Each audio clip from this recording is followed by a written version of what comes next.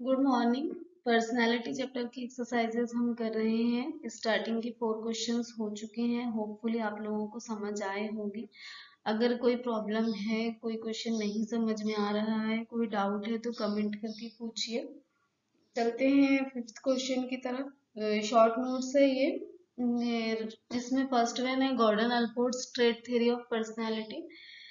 हमने समझा था ये गॉर्डन अल्पोर्ट्स फर्स्ट साइकोलॉजिस्ट है, अमेरिकन साइकोलॉजिस्ट, जिन्होंने पर्सनालिटी के ट्रेट पर्सपेक्टिव से स्टडी की। ट्रेट क्या होते हैं? जो आपका enduring thinking, feeling, acting pattern होता है, एक हमेशा दिखाई देते हैं, जो वो आपके ट्रेट्स होते हैं। तो गॉर्डन एल्पोर्ट ने 18,000 सेपरेट टर्म्स बताई है पर्सनालिटी को डिस्क्राइब करने के लिए, और उसके बेसिस पे, इस डिस्क्रिप्शन के बेसिस पे उन्होंने ट्रेड्स की 3 कैटेगरीज बनाई है। एक तो कार्डिनल ट्रेड, एक सेंट्रल ट्रेड और सेकेंडरी ट्रेड्स। कार्डिनल ट्रेड्स जो आपकी पूरी पर्सनैलिटी में डोमिनेंट होते हैं सबसे ज्यादा, वो आपके कार्डिनल ट्रेड्स होते हैं। मिसाल के तौर पर महात्मा गांधी में ट्रूथफुलनेस, मदर टेरेसा में ह्यूमैनिटेरियनिज्म वगैरह, ये उनके कार्डिनल ट्रेट है। जो इंसानियत का जज्बा था मदर टेरेसा में, वो हमेशा ही देखा गया, और दुनिया ने उन्हें इस नाम से, इस ट्रेट से पहचाना। तो ये कार्डिनल ट्रेट होते हैं। सेंट्रल ट्रेड्स जो 5-10 आदतें आपके अंदर होती हैं, जैसे कोई बहुत सोशेबल है, सेल्फ कॉन्फिडेंस है, ऑनेस्ट है, इंडिपेंडेंट है, तो ये आपके सेंट्रल ट्रेड्स होते हैं। और जो सेकेंडरी ट्रेड्स होते हैं, सेकेंडरी ट्रेड्स सिचुएशनल ही दिखाई देते हैं, आमतौर पे नहीं दिखाई देते। सपोज किसी को स्टेज फियर है, या वो पब्लिक के सामने एंशियस होता है, एग्जाम के टाइम पे उसको बहुत एंजाइटी होती है, फियर होता है, तो ये उसके सेकेंडरी ट्रेड्स है। लेकिन ऐसा नहीं है कि वो एक फियरफुल पर्सनल है, या फिर वो एक एंशियस पर्सनालिटी है, ऐसा नहीं होता है। लेकिन समटाइम्स ये ट्रेड्स, सम सिचुएशनल ये ट्रेड्स दिखाई देते हैं। तो आंसर देख लेते हैं। Gordon Allport, an American psychologist, identified 18,000 separate terms which could be used to describe personality. Based on these descriptions, he suggested the following 3 basic categories of traits. A trait is relatively enduring and consistent way of thinking, feelings, and acting. That means the trait is consistently found in an individual over a period of time. First one है, इन्होंने जो बताया cardinal trait, it is a single trait that dominates an individual's entire personality. The person becomes known specifically for this trait. It dominates and shapes person's behavior for their whole life. For example, a trait of truthfulness was a cardinal trait in Mahatma Gandhi's personality. Similarly, a trait of humanitarianism was the cardinal trait in Mother Teresa's personality. Second one is central traits. These traits are general characteristics that form the basic foundation of a personality of an individual. देखिए, ध्यान रखिए, जो cardinal trait लिखा है और central traits लिखा है, वो सिंगल है और ये प्लूरल है। कार्डिनल ट्रेट हमेशा सिंगल ही होता है, तो आप इस बात का ध्यान रखेंगे जब आप आंसर लिखेंगे। आपको ट्रेट में, कार्डिनल में ट्रेट के साथ में एस नहीं लगाना है, और सेंट्रल में आपको ट्रेट्स लिखना है सेंट्रल के साथ में, क्योंकि ये 5 से 10 ट्रेट्स होते हैं, जबकि कार्डिनल ट्रेट सिंगल ट्रेट ही होता है। तो central traits are general characteristics that form the basic foundation of a personality of an individual. Around 5 to 10 traits, the best to describe an individual's personality, are called central traits. Central traits are the building blocks of our personality. For example, traits like sensitivity, sociability, self-confidence, diligence, honesty, etc. are the central traits possessed by an individual. Third one is secondary traits. Secondary traits भी कितने भी सारे हो सकते हैं, but ये situational होते हैं। These traits appear only in specific situations and hence are narrow in effect. Such traits play a very minor role in determining the personality of an individual because such traits are situational. For example, getting anxious when speaking to a group, being impatient while waiting in a queue, etc. are the secondary traits possessed by an individual.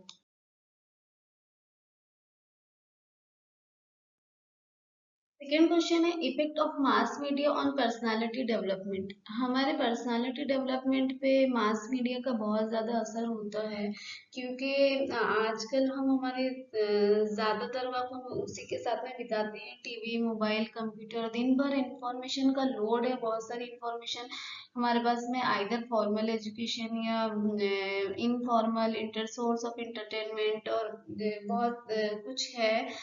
तो mass media सबसे पहले तो हम source of entertainment के तौर पे उसको use करते हैं, फिर इनफॉर्मल एजुकेशन के लिए और फॉर्मल एजुकेशन के लिए भी यूज करते हैं। इससे सोशलाइजेशन होता है हमारा, हम दुनिया से कनेक्ट होते हैं। तो ये सारी चीजें हमारी पर्सनालिटी पे बहुत इफेक्ट करती हैं, जब दूसरे लोगों को हम देखते हैं उनकी और अलग अलग तरीके के लोगों का अप्रोच हमको पता चलता है। बहुत सारे टिप्स एंड ट्रिक्स पता चलती है, बहुत सारी इनफॉर्मल इनफॉर्मल एजुकेशन हम गेन करते हैं। तो ये सारी चीजें हमारी पर्सनालिटी के डेवलपमेंट पे इफेक्ट करती हैं। उसमें बहुत बार निगेटिवली भी इफेक्ट हो सकता है, जैसे बच्चे छोटे बच्चे कार्टून देखते हुए ही बड़े होते हैं, बहुत बार पूरा टाइम वो कार्टून के साथ में ही गुजारते हैं, तो अपने आप को वो वैसी पर्सनालिटी में शेप करते हैं, अनकॉन्शियसली वही सारी चीजें उनके अंदर दिखाई देने लगती है।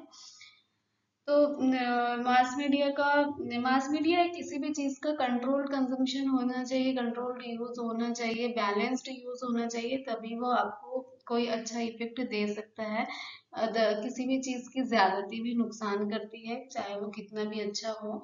अगर आपके पास में मास मीडिया से बहुत सारी अच्छी अच्छी चीजें भी आ रही हैं, लेकिन उसके बावजूद अगर आप ज्यादा टाइम उसी के साथ गुजारते हो तो इसका बैड इफेक्ट आता है। और बहुत ही इम्पोर्टेंट थिंग कि आपकी पर्सनालिटी डेवलपमेंट 18 इयर्स तक के होता है। 18 इयर्स के बाद में आपकी पर्सनालिटी पूरी तरह से फॉर्म हो चुकी होती है, और फिर उसके बाद में सिर्फ उसके डायरेक्शंस चेंज किए जा सकते हैं। आपके जो ट्रेड्स हैं या जो पर्सनालिटी का टाइप है, पर्सनालिटी के ट्रेड्स का आप डायरेक्शन चेंज कर सकते हो, ट्रेड्स को आप चेंज नहीं कर सकते हैं। और ये होता है, फिर आप कहेंगे कि 18 इयर्स के बाद में मास मीडिया का या टीवी मोबाइल का हमारे ऊपर कोई गलत असर नहीं होता, तो ऐसा बिल्कुल भी नहीं है। आपके ट्रेड्स का डायरेक्शन निगेटिवली भी चेंज हो सकता है, निगेटिवली पॉजिटिवली दोनों तरीके से वो चेंज हो सकता है। तो ये तो थ्रू आउट द लाइफ चलता है। हाँ, आंसर देख लेते हैं। Internet and other forms of mass media are now deeply integrated in almost everyone's daily lives. Mass media is a source of entertainment, informal education, socialization, etc. to many of us. Nowadays, majority of adolescents spend more and more time in front of the TV, और यही peak time होता है जब आपकी personality shape हो रही होती है। Mobile and computer which may affect their personality. For example, mass media may help an individual to have an updated knowledge of current affairs, etc., which in turn positively affects the development of an individual's personality. Question number 5 में दो ही question थे उस exercise में। अब चलते हैं question number 6 की तरफ। ये लॉन्ग आंसर क्वेश्चन है, पॉइंट्स इन्होंने दिए हैं और आपको उन पॉइंट्स की मदद से क्वेश्चन को आंसर को एक्सप्लेन करना है। तो first one is explain the big five factors model of personality. पहले क्वेश्चन में इन्होंने big five factors model of personality के बारे में पूछा है, जिसके उन्होंने पांचों उसके फैक्टर्स भी दिए हैं as a points. Neuroticism, extroversion, openness to experience, agreeableness, consciousness. ये इन्होंने थोड़ी सी इसके सीक्वेंस को चेंज किया है, न्यूरोटिसिज्म पहले दिया है, एक्सट्रोवर्जन बाद में दिया है, लेकिन हम इसको निमोनिक्स के जरिए याद रखते हैं। ओशियन, दैट इज OCEAN, तो हमको याद रखने में आसानी होती है। बाकी आप इस सीक्वेंस में भी लिख सकते हो, या फिर आपके क्वेश्चन में पेपर में आपको जिस तरह से क्वेश्चन पूछा जाए, जो सीक्वेंस में पूछा जाए, आप वो सीक्वेंस में आंसर लिखिए, जैसा भी आपको कंफर्टेबल है। याद रखने के लिए आप उसको ये सीक्वेंस में याद रख सकते हैं। नाम के लिए सिर्फ आप हेडिंग के लिए याद रखिए, फिर जो सीक्वेंस में पूछा है वो सीक्वेंस में लिखिए। तो ocean for openness to experience, C for O for openness to experience, C for consciousness, और E for extroversion, A for agreeableness, और एन फॉर न्यूरोटिसिज्म। तो एक एक फैक्टर हम समझ लेते हैं पहले, फिर आंसर देखेंगे। जो ओपननेस टू एक्सपीरियंस है, ये ट्रेड जिन लोगों में होता है वो काफी क्रिएटिव होते हैं, इमेजिनेटिव होते हैं, एडवेंचरस होते हैं, आर्ट और एस्थेटिक से उनको काफी लगाव होता है, और क्यूरोसिटी इनके अंदर होती है, अलग अलग एक्सपीरियंस ये लोग करते हैं, और काफी प्रोडक्टिविटी इनके काम में दिखाई देती है। उसके बाद में सी फॉर कॉन्शियसनेस, ये ट्रेड जिन लोगों में होता है वो सेल्फ डिसिप्लिन होते हैं, अपने इमोशंस को, अपने इम्पल्सेस को कंट्रोल करते हैं, रेगुलेट करते हैं, डायरेक्ट करते हैं, और वेल ऑर्गेनाइज्ड होते हैं, रिस्पॉन्सिबल होते हैं, डिपेंडेबल, हार्ड वर्किंग होते हैं। जबकि जिन लोगों में कॉन्शियसनेस लो होता है, ये अनऑर्गेनाइज्ड होते हैं, और इररिस्पॉन्सिबल होते हैं, डिसिप्लिन की कोई डिसिप्लिन को मेंटेन नहीं कर पाते हैं, ये सारी चीजें उनके अंदर होती हैं। फिर उसके बाद में ई फॉर एक्सट्रोवर्जन। एक्सट्रोवर्जन तो हम शुरू से ही देख रहे हैं कि जो लोग इजी गोइंग होते हैं, सोशेबल होते हैं, और आउट स्पोकन होते हैं, कॉन्फिडेंट होते हैं, ये एक्सट्रोवर्जन है।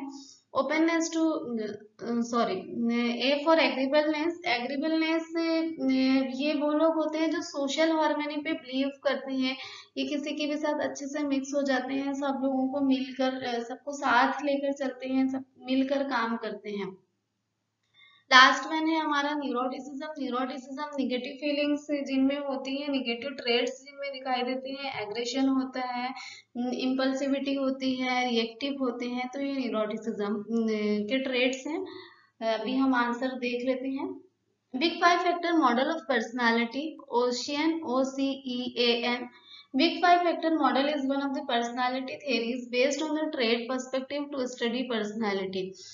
Robert Emker and Paul Costa 1987 developed a theory of personality explaining the five major factors of personality. इसका ईयर भी याद रखिए, 1987।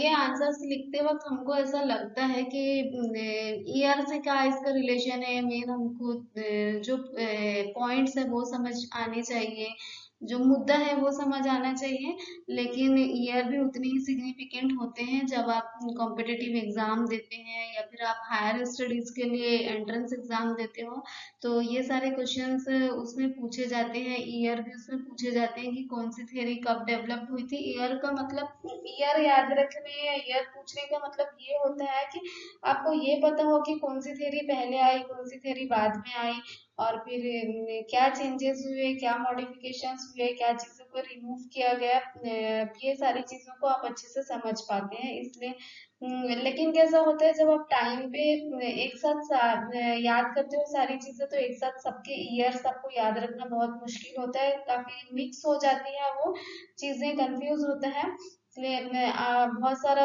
लोड ऑफ इंफॉर्मेशन होता है और आप उसको याद नहीं रख पाते हैं। इसलिए अगर आप ये आंसर के साथ साथ में ये कौन सी थ्योरी कब पब्लिश हुई, कौन सी चीजें कब आई, कौन से टेस्ट कब डेवलप हुए, वो सभी आप कौन सी डेफिनेशन कब आई, आप साथ साथ ईयर्स याद रखते हो, तो ये अलग अलग होता है और आप उसको रिटेन कर पाते हैं। हाँ, तो देखते हैं answer. According to them personality traits are considered as basic tendencies that are rooted in biology and that interact with external influences including culture in shaping the skills, habits, taste and values of the individual. इनके मुताबिक, Robert McCrae and Paul Costa के मुताबिक, trades वो होते हैं जो आपकी biology में रूटेड होते हैं और एक्सटर्नल इन्फ्लुएंसेस के साथ में इनका इंटरेक्शन होता है, इंक्लूडिंग कल्चर, कल्चर का भी उस पर इफेक्ट पड़ता है। जो भी एक्सटर्नल एनवायरनमेंट आपको मिल रहा है, इसका आपकी बायोलॉजिकल जो ट्रेड्स है उसके साथ में इंफ्यूजन होना और उसके साथ में इंटरेक्शन होके ये आपकी स्किल्स, आपके हैबिट्स, आपके टेस्ट, आपके वैल्यूज को शेप करते हैं और यही वे आपकी पर्सनालिटी को डिटरमाइन करते हैं। तो इन्होंने बताया है कि 5 मेजर फैक्टर होते हैं पर्सनालिटी के, और उसके हिसाब से ही किसी की पर्सनालिटी को लेबल किया जा सकता है, डिटरमाइन किया जा सकता है। तो first one is openness to experience. Openness to experience is a trait related to appreciation for art, emotion, adventure, unusual ideas, creativity, imagination, curiosity, and variety of experience. People who are open to experience are curious, imaginative, and creative, whereas those who are less open to experience are non-creative and lack aesthetic sense. Second है consciousness. Consciousness is a trait showing tendency to display self-discipline. It is related to the way in which people control, regulate, and direct their impulses. People having high consciousness are well organized, responsible, dependable, hardworking, whereas people having low consciousness are unorganized, irresponsible, spontaneous, and careless. Third है factor extroversion. Extroversion जो enthusiastic होते हैं, open minded होते हैं, sociable होते हैं, assertive होते हैं. देखते हैं आंसर में क्या लिखा है. Extroversion is a trait characterized by breadth of activities and energy creation from external means. People having high extroversion are talkative, enthusiastic, open minded, sociable, assertive and courageous. On the other hand, people having low extroversion are less talkative, shy, alone and less involved. आप ये सारे features को introversion में भी, introvert की personality में भी लिख सकते हो. Less talkative, shy, alone and less involve. और उसके अपोजिट एक्सट्रोवर्जन में open minded, sociable, assertive, enthusiastic, talkative. Fourth one is agreeableness. The agreeableness is a trait showing an ability of an individual to get along with people and concern for social harmony. People having high agreeableness are kind, loving, caring, friendly and cooperative, whereas people having low agreeableness are uncooperative, jealous, hostile and argumentative. जिनके अंदर एग्रीबलनेस का factor का trait होता है, ये people social harmony पे believe करते हैं, सबको साथ लेके चलते हैं, काइंड और लविंग नेचर के होते हैं, केयरिंग एंड फ्रेंडली होते हैं, कोऑपरेटिव होते हैं. जबकि लो एग्रीबलनेस वाले पीपल अनकोऑपरेटिव होते हैं, जेलस होते हैं, हॉस्टाइल होते हैं और बहस करने की उनको आदत होती है. Last one is neuroticism. Neuroticism is a trait showing the tendency to experience negative emotions such as anger, anxiety, or depression. People having high neuroticism are anxious, depressed, irritable, fearful, impulsive, angry, and unstable. People having low neuroticism are balanced, calm, and stable. जो neurotic people होते हैं वो काफी anxious होते हैं, depression में दिखाई देते हैं, हमेशा इरिटेबल होते हैं, फियरफुल होते हैं, इम्पल्सिव होते हैं, एंग्री भी होते हैं, अनस्टेबल होते हैं. जबकि लो न्यूरोटिसिज्म वाले लोग काफी बैलेंस्ड, काम एंड स्टेबल होते हैं. सेकेंड क्वेश्चन है explain the factors influencing personality. Points दिए हैं इन्होंने फैमिली, स्कूल, पीयर ग्रुप और कल्चर. देखिए हम शुरू से ही देखते आ रहे हैं कि पर्सनालिटी बायोलॉजिकल फीचर्स और कल्चरल इन्फ्लुएंसेस या इन्वायरमेंटल इन्फ्लुएंसेस का इन्फ्यूजन है. ये दोनों मिलकर ही हमारी पर्सनालिटी को शेप करते हैं. जो जीनेटिक्स हमारा आता है उसमें इन्वायरमेंट का कितना असर होता है, इन्वायरमेंट का जो क्या असर होता है, वही पर्सनालिटी को डिटरमाइन करता है. तो ऑब्वियसली ये सारी चीजों का इफेक्ट तो उसमें आएगा ही. Family, school, peer group, culture. हम वन बाय वन देखते हैं. सबसे पहले तो फैमिली है. तो फैमिली बहुत ही इम्पोर्टेंट फैक्टर है जो हमारी पर्सनालिटी को इन्फ्लुएंस करता है. इसमें फैमिली का structure, socio economic status, emotional, academic और कल्चरल इन्वायरमेंट फैमिली का, फैमिली मेंबर्स का आपस में इंटरेक्शन, बच्चों का नर्चर कैसे किया है पेरेंट्स ने, child rearing practices followed by parents, ये सारे ही चीजों का बहुत ही सिग्निफिकेंट इफेक्ट होता है किसी भी इंडिविजुअल पर. मिसाल के तौर पर किसी फैमिली का माहौल बहुत अच्छा है, बहुत वार्म इमोशनल एटमॉस्फेयर है, तो बच्चे एक हेल्दी पर्सनालिटी के साथ में ग्रो होते हैं. उनमें सेल्फ कॉन्फिडेंस होता है, सेल्फ स्टीम होता है और पॉजिटिवली अफेक्ट होता है पर्सनालिटी पे. जबकि इसके बिल्कुल बरखिलाफ अगर कहीं पे पेरेंट्स में आपस में लड़ाई होती है, घर का माहौल अच्छा नहीं है, किसी भी तरह का तनाव है घर में, तो उसकी वजह से भी बच्चों में निग्लिजेंस वगैरह के बच्चों में निग्लिजेंस है, तो उसकी वजह से भी बच्चों में लो सेल्फ एस्टीम और लो सेल्फ कॉन्फिडेंस के फीचर्स देखने के लिए मिलते हैं। एक बहुत ही इम्पोर्टेंट चीज ये कि जनरली हम ऐसा तो मानते हैं कि अगर बच्चों का नर्चर अच्छे से नहीं हुआ, बहुत लड़ाई झगड़े के माहौल में बच्चों का नर्चर हुआ है, घर में बहुत तलखियां हैं, घर में बहुत डिप्रेशन है, टेंशन है, पेरेंट्स के आपस में रिलेशंस अच्छे नहीं है, घर में हमेशा लड़ाई झगड़ा होता है, तो ये सारी चीजों का बच्चे की पर्सनालिटी पे इफेक्ट पड़ता है। माँ बाप को कोई गंदी आदतें हैं तो वो बच्चों के अंदर आती है, ये सारे ही लोग मानते हैं और सारे ही लोग इसको आसानी से समझ लेते हैं। इसलिए ये बच्चों में सेल्फ स्टीम लो होता है, सेल्फ कॉन्फिडेंस लो होता है। लेकिन एक बहुत ही इम्पोर्टेंट बात, जो यहाँ पे पेरेंट्स बच्चों का लिए ओवर प्रोटेक्टिव होते हैं, बहुत ज्यादा बच्चों का ख्याल रखते हैं, बहुत ज्यादा बच्चों की हर ख्वाहिश को पूरी करते हैं और बच्चों को पैम्पर करते हैं, बच्चों के लिए बहुत सेंसिटिव होते हैं, उनकी हर चीज के लिए उनकी पढ़ाई हो गई, उनकी डाइट हो गई, उनका घूमना फिरना, हर चीज में ये बहुत ज्यादा ध्यान रखते हैं और सारी चीजें खुद ही करके देते हैं, उन पे जिम्मेदारियां नहीं डालते हैं। तो ये सारे बच्चों में भी, जहाँ बच्चों को बहुत ज्यादा प्यार मिला, जहाँ बच्चों को बहुत ज्यादा प्रोटेक्शन मिला, ये सारे बच्चों में भी सेल्फ एस्टीम लो हो सकता है और इनका कॉन्फिडेंस भी लो होता है। इसे ये जो बच्चों को बहुत ज्यादा प्यार किया जाता है, बच्चों के लिए ओवर प्रोटेक्टिव होते हैं, या फिर बच्चों के सारे ही काम खुद से करके दिए जाते हैं, बच्चों पे जिम्मेदारी नहीं डाली जाती, इसे अम्ब्रेला पेरेंटिंग कहते हैं, और सॉरी, इसे हेलीकॉप्टर पेरेंटिंग कहते हैं। अम्ब्रेला टर्म पे इसे हेलीकॉप्टर पेरेंटिंग कहते हैं कि मतलब बच्चों को ऐसे बहुत प्रोटेक्ट करके रखना, उनको खुलने का मौका नहीं मिलता है, उनको एक्सप्लोर करने का मौका नहीं मिलता है, और उसकी वजह से उनका कॉन्फिडेंस लो होता है।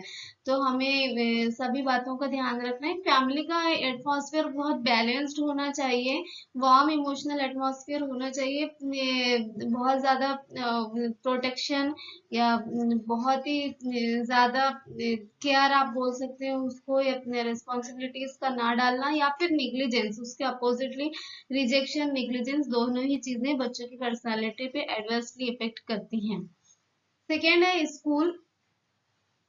स्कूल में जो टीचिंग लर्निंग प्रोसेस होता है, और साथ ही एकेडमिक एक्टिविटीज के अलावा बहुत सारी को करिकुलर एक्टिविटीज भी होती है, स्पोर्ट्स एक्टिविटीज, कल्चरल प्रोग्राम, तो वो सारी चीजों का भी बच्चे की पर्सनालिटी पे एक अच्छा इफेक्ट पड़ता है।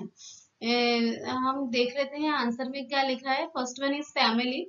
Family is one of the most important factors influencing personality of an individual. The elements related to family, such as structure of family, socio-economic status of family, emotional, academic, and cultural environment in family, interactions between family members, child rearing practices followed by parents, have significant effects on personality of an individual. For example, in a family having warm emotional atmosphere, parents have healthier relations with their children. Love and respect shown by parents towards their children boost the self-confidence and self-esteem of children. This in turn positively affects the personality of children. On the contrary, overprotection, rejection, negligence, etc. shown by parents towards their children leads to low self-esteem and low self-confidence among children, which have adverse effects on the personality of children. फिर से कह रही हूँ, over protection यानी helicopter parenting बच्चों के लिए नुकसानदा होती है, इसलिए बच्चों को झिड़कना भी नहीं चाहिए, बच्चों को निग्लेक्ट भी नहीं करना चाहिए, उनको रिजेक्शन की फीलिंग भी नहीं आना चाहिए, और ओवर प्रोटेक्टिव भी नहीं होना चाहिए। The school plays an important role in the personality development of students. The elements related to school, like the teaching learning process, academic activities, and co-curricular facilities provided by Teachers' rapport with students, school discipline and policies, etc., have a significant impact on the personality of students. For example, a creative, well qualified, experienced, and well mannered teacher acts as a role model for his/her students. Such teachers provides maximum opportunities for the optimum development of the potential of their students. This in turn helps students to develop the personality in a healthier manner. School में अगर बच्चों को teacher well qualified well mannered मिलता है, teacher creative है, teacher की बच्चे teacher को as a role model consider करते हैं। आप देखना जो छोटे बच्चे होते हैं ना, प्राइमरी के नर्सरी के बच्चे, वो तो अपने टीचर्स से खाने की हैबिट, अपने टीचर जो उनके टीचर्स जो बोलते हैं कि ये अच्छा लगता है खाने में, ये अच्छा नहीं लगता, उनकी ड्रेसिंग हैबिट्स, सभी चीजों को वो कॉपी करने की कोशिश करते हैं। तो teacher as a role model बच्चों के लिए प्रेजेंट होते हैं और पर्सनालिटी के डेवलपमेंट में इनका बहुत बड़ा रोल होता है। Peer group, peers are a pervasive aspect of our social life. Peers surrounds us in our everyday lives from early childhood until old age. Members of the same classroom, workplace, or sports club, etc., constitute peer group. The peer group may influence personality in a positive as well as negative manner. For example, good habits such as studying regularly, developing healthy attitude toward one's own gender and the opposite gender, may be developed by being in a good company of friends. Similarly, the unhealthy habits such as bunking lectures, developing various addictions, showing aggressive tendencies, and bullying, etc., may be developed by being in a bad company of friends. आपके peer group, हम peer group से घिरे हैं हमारे रोजाना की जिंदगी में। हमारे क्लासमेट्स होते हैं, हो गए वर्क प्लेस पे काम करने वाले लोग हो गए, हमारे कॉलोनी के फ्रेंड्स हो गए, ये सभी हम पीयर ग्रुप में आते हैं और ये हमारी पर्सनालिटी पे पॉजिटिव एंड निगेटिव दोनों तरीके से इफेक्ट करते हैं। और ये अगर हमारे पीयर ग्रुप की हैबिट्स अच्छी है, रेगुलर स्टडी करते हैं, हेल्दी एटीट्यूड्स है उनका, खुद के लिए भी अपोजिट जेंडर के लिए भी, तो ये सारी चीजें अच्छा इफेक्ट करती हैं हमारी पर्सनालिटी पे। जबकि अगर हमारे पीयर ग्रुप्स, हमारे फ्रेंड्स की में अनहेल्दी हैबिट्स है, जैसे वो लेक्चर्स को बंक करते हैं, बहुत सारे उनके अंदर कुछ एडिक्शंस है, एग्रेसिव टेंडेंसीज है, बुलिंग करने की आदत है, तो वो सारी चीजें भी हमारी पर्सनालिटी में आती है, हम पर इफेक्ट करती है। Fourth one is culture. Cultural factors also play an important role in shaping the personality of an individual. Every culture has its own set of values, beliefs, norms, etc., influencing thoughts, feelings, and behavior patterns of an individual. For example, leadership qualities, listening skills, entrepreneurial skills, tendencies to cooperate with others, etc., may differ from culture to culture, and therefore people from different cultural backgrounds may have different personalities. देखिए, हर इंसान अलग culture में बड़ा हुआ रहता है, तो आपके कल्चर के जो बिलीफ होते हैं, जो वैल्यूज होती हैं, जो एटीट्यूड्स होता है, आपके पर्सनालिटी उसी के अकॉर्डिंगली शेप होती है। और एक दूसरे कल्चर का बच्चा है, क्लास में जब सारे रिलीजन के, सारे कल्चर के बच्चे एक साथ पढ़ते हैं, तो उनकी पर्सनालिटीज में फर्क देखने के लिए मिलता है बिकॉज ऑफ देयर कल्चर। वो उनके घर का माहौल, उनकी सोसाइटी है, कम्युनिटी के सेट ऑफ बिलीफ्स, और ये जो रिचुअल्स होते हैं, वो सारी चीजें उनकी पर्सनालिटी पे इफेक्ट करती हैं। लास्ट क्वेश्चन है हमारा, explain the various methods of personality measurement. Personality को असेस करने के लिए, पर्सनालिटी को मेजर करने के लिए बहुत सारे मेथड्स हमने पढ़े थे, तो यही क्वेश्चन से हमें इसको एक्सप्लेन करना है, जिसमें उन्होंने 3 पॉइंट्स दिए है, behavioural analysis, self report technique और प्रोजेक्टिव मेथड। बिहेवियरल एनालिसिस में मैंने बताया था कि इसमें इंटरव्यू और ऑब्जर्वेशन होते हैं, क्लाइंट से क्वेश्चंस पूछे जाते हैं और उसके जो रिस्पॉन्स आते हैं अकॉर्डिंगली पर्सनालिटी को इंटरप्रेट किया जाता है। इसी तरह ऑब्जर्वेशन में उसी को दो तरह के इन्वायरमेंट होते हैं ऑब्जर्वेशन में, एक तो लेबोरेटरी ऑब्जर्वेशन और एक तो नेचुरलिस्टिक ऑब्जर्वेशन। नेचुरल कंडीशन में एक नेचुरल एनवायरनमेंट में किसी का रिस्पांस कैसे आता है, और लेबोरेटरी एक्सपेरिमेंट लेबोरेटरी में मतलब कोई उसको सुपरवाइज कर रहा है, कोई उसको देख रहा है, ऐसी कंडीशन में किसी का रिस्पांस कैसे आता है, ये सारी चीजों को देखते हुए और उसके फेशियल एक्सप्रेशंस, उसका गेस्चर्स, उसकी बॉडी मूवमेंट्स, उन सभी को कंसिडर करते हुए बिहेवियरल एनालिसिस किया जाता है। और इसमें इंटरव्यू में स्ट्रक्चर्ड इंटरव्यू और अनस्ट्रक्चर्ड इंटरव्यू हम सारे आंसर्स में देखेंगे। फिर उसके बाद में सेल्फ रिपोर्ट टेक्निक में एक इन्वेंटरी दी जाती है और उसके आंसर्स देने होते हैं, जिसमें I agree, not agree, strongly agree, disagree, इस तरह के ऑप्शंस उसमें होते हैं, या बहुत बार यस और नो के ऑप्शंस होते हैं, बस आपको उतना ही लिखना होता है और वो रिजल्ट्स को इंटरप्रेट किया जाता है और किसी की पर्सनालिटी को असेस किया जाता है। प्रोजेक्टिव मेथड्स में कुछ पिक्चर कार्ड दिए जाते हैं, जैसे हमने रॉरशास का इंक ब्लॉक टेस्ट देख रखा था कि उसमें कार्ड्स दिए गए थे, वो ऐसे इंक ब्लॉट्स थे उसके ऊपर, और उसको देख के उसको बताना था कि ये कौन सी पिक्चर दिख रही है, ये ब्लॉट्स में क्या दिख रहा है, मतलब अनकॉन्शियसली वो अपनी पर्सनालिटी को प्रोजेक्ट कर रहा होता है वहां पर। ऐसे ही उसमें एक टीएटी भी टेस्ट है प्रोजेक्टिव मेथड में, जिसमें कार्ड्स को देख के कहानी बतानी होती है और अनकॉन्शियसली वो अपनी पर्सनालिटी को पोर्ट्रेट कर रहा होता है, उसमें उसके एनालिसिस करके किसी की भी पर्सनालिटी को मेजर किया जा सकता है या असेस किया जा सकता है। आंसर देख लेते हैं। Measurement of personality. Psychologist seeks to measure personality through a number of methods. Behavioral analysis techniques, self-report inventories, projective techniques, and psychoanalytical methods of measuring personalities are as follows. First one is behavioral analysis. The behavioral techniques such as interview and observation, etc., help in assessing the personality of an individual. These behavioral techniques can be explained as follows. First one, interview. Interview is the most common method of measuring personality. An interview is a process in which an interviewer tries to collect information about the personality of an interviewee by asking him or her various questions.